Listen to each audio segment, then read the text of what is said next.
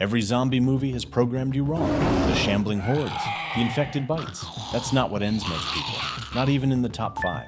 I analyzed 40-plus disaster scenarios, hurricanes, pandemics, infrastructure collapse, and the pattern is terrifying. Because in every single case, the same 3 things killed more people than the actual disaster itself. Number 1, your medication runs out in 30 days. Number 2, clean water disappears in the first week. Number 3, food supply chains collapse in under a week. But here's the part that kept me up at night. There's a 4th threat that makes all of those look like a warm-up. And it's already happening before the first zombie even shows up. This is the thing no survival guide talks about, and once you see it, you'll never watch another zombie movie the same way. Let's start with medicine, because this is where things get real pretty fast. Think about everyone you know. How many of them take daily medication? Your mom's blood pressure pills, your friend's insulin, that coworker who needs their thyroid medication, your grandpa's heart medication. Now imagine all of that just stops. Because that's what happens when society collapses, right? The pharmacies aren't getting restocked. The manufacturing plants aren't running. The distribution networks aren't distributing. And suddenly, millions of people who were perfectly fine yesterday are on a countdown clock.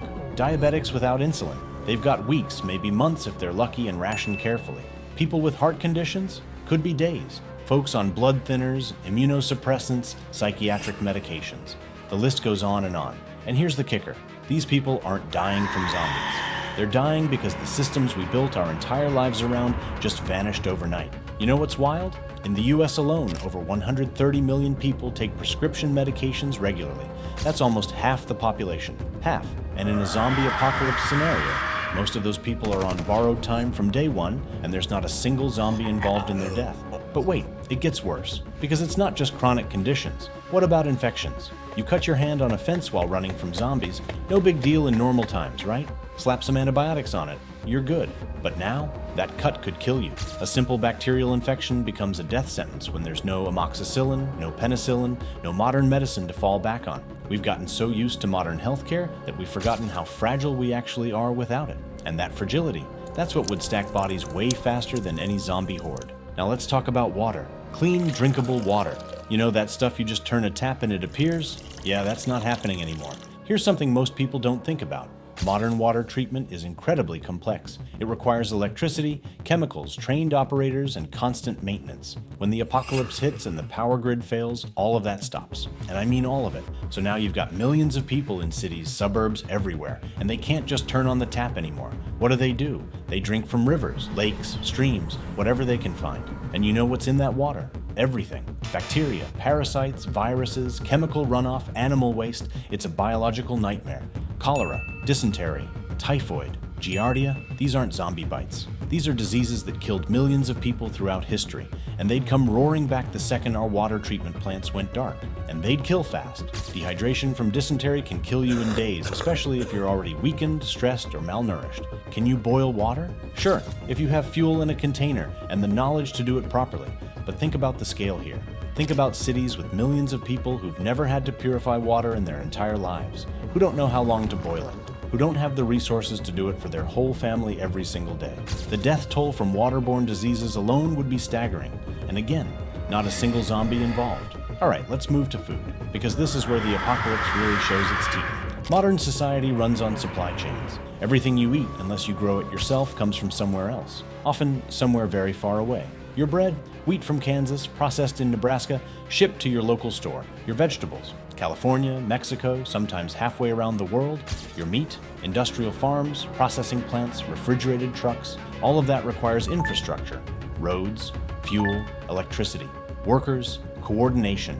And in a zombie apocalypse, gone. All of it, gone. So what happens? Well, the grocery stores get looted in the first few days, obviously. But then what? Then people start starving. And I'm not talking about a few people here and there, I'm talking about massive populations in cities who have zero access to food production. You know what's really messed up? Most cities have about 3 days worth of food in them at any given time. 3 days. That's how long the supply chain keeps things stocked. So when that chain breaks, you've got maybe a week before things get really desperate. 2 weeks before people start dying. And here's where it gets even darker. Think about all those remote villages you mentioned, the ones too far out for zombies to even reach. They're safe from the undead, right? They should be fine. But they're not. Because even remote communities rely on supplies from outside. Medicine, fuel, certain foods, equipment. They can't produce everything locally. So what happens is this slow, grinding tragedy. They survive for a while. Maybe they become more self-sufficient. Maybe they start rationing. But eventually, they need something they can't make. So people volunteer to go on supply runs. Explorers, scavengers, the brave ones. And those people, they don't come back. Maybe they ran into zombies. Maybe they ran into other survivors. Maybe they just got lost or injured. Doesn't matter. They're gone. And each time someone doesn't come back, the village gets a little more desperate, a little more isolated, a little closer to the edge, until eventually they're faced with a choice: stay and slowly starve, or leave and risk everything. And either way, a lot of them don't make it. Not because of zombies, because the world they knew how to live in doesn't exist anymore. But here's the thing, and this is the big one, the one that would actually top everything else I've mentioned. It's people. Just people. Desperate people. Scared people. Greedy people. Power-hungry people. Violent people. Because here's what we need to understand. Humans are incredibly adaptable. We've survived ice ages, plagues, famines, wars, you name it. We can figure out how to purify water. We can learn to grow food. We can even manage without modern medicine if we have to. It would be hard and a lot of people would die, but humanity as a whole, we'd figure it out. We always do. But you know what we can't adapt away? Human nature. The dark side of it. In a zombie apocalypse, all the rules go away. All the systems that keep society functioning, laws, police, courts, consequences, they're gone. And when that happens, the worst parts of human nature come out to play. Think about it. In normal society, most people don't kill, don't steal, don't hurt others. Not because they're incapable of it, but because there are consequences. You murder someone, you go to prison, you rob someone, you get arrested, the system punishes you. But remove that system, remove those consequences, suddenly, a lot of people who would never dream of violence in normal times become capable of anything. Because they're scared, because they're desperate, because they can. Domestic violence would skyrocket. Without police, without shelters, without any way to escape, abusers would have free rein.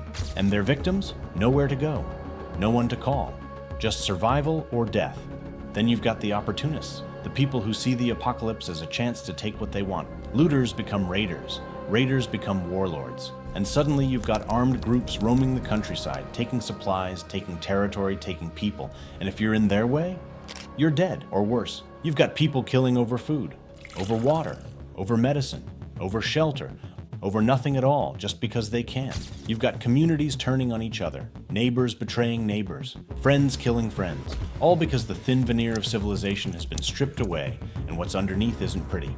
And here's the really terrifying part. The knowledge of humanity doesn't disappear just because zombies show up. We still know how to build, how to organize, how to create systems. But who gets the benefit of that knowledge? Who gets to decide how the new world works? The answer is whoever has the power. And in a lawless apocalypse, power comes from violence, from brutality, from being willing to do things others won't. So you end up with tyrants, small-scale dictators ruling over whatever territory they can hold. And if you're under their control, you're not worried about zombies anymore. You're worried about whether you'll be executed for speaking out, whether your food will be taken, whether you'll be forced to work until you drop, whether you or your family will be hurt just because someone with power decided they could. So let's put this all together, because I want you to see the full picture. In a zombie apocalypse, here's what would actually kill people, ranked from least to most deadly. At the bottom, zombies. Yeah, they'd kill people, especially in the early days when no one knows what's happening. But humans are smart. We'd figure out how to avoid them, how to kill them, how to survive them. They're predictable. They're slow, usually. They're manageable. Next up, medicine shortages. This would kill millions. People with chronic conditions, people with infections, people who just get unlucky. It would be brutal, and it would be fast. Then, water and sanitation. Diseases would rip through populations, especially in dense areas. This would kill tens of millions, maybe more. After that, food shortages and starvation. This would be slower, but just as deadly. Entire regions would be depopulated as people either starved or died trying to find food. But at the very top, killing more than all of those combined, people, human violence, human cruelty, human nature unleashed without constraints. Because here's the truth. We can survive without modern medicine. We can survive without clean water systems. We can survive without supply chains. Humanity did it for thousands of years before we built all this infrastructure. But we can't survive each other when we decide to be monsters. And in a world without rules, without consequences, without systems to hold us accountable, a lot of people would become exactly that. Your biggest problem is the person next to you who's just as desperate as you are. the person who's willing to do whatever it takes to survive, the person who sees you as competition for resources or as a resource yourself. Your biggest problem is the breakdown of everything that makes civilization work. Not the infrastructure, we can rebuild that, but the social contract, the agreement we all have that we won't hurt each other, that we'll cooperate, that will be better than our worst impulses. When that breaks down, that's when the real apocalypse begins, and that's what would kill more people than any zombie ever could. Because at the end of the day, the scariest monster in any apocalypse isn't the undead. It's us. It's always been us. And if you're planning for a zombie apocalypse, that's what you should really be preparing for. Not the zombies, the people. Always the people.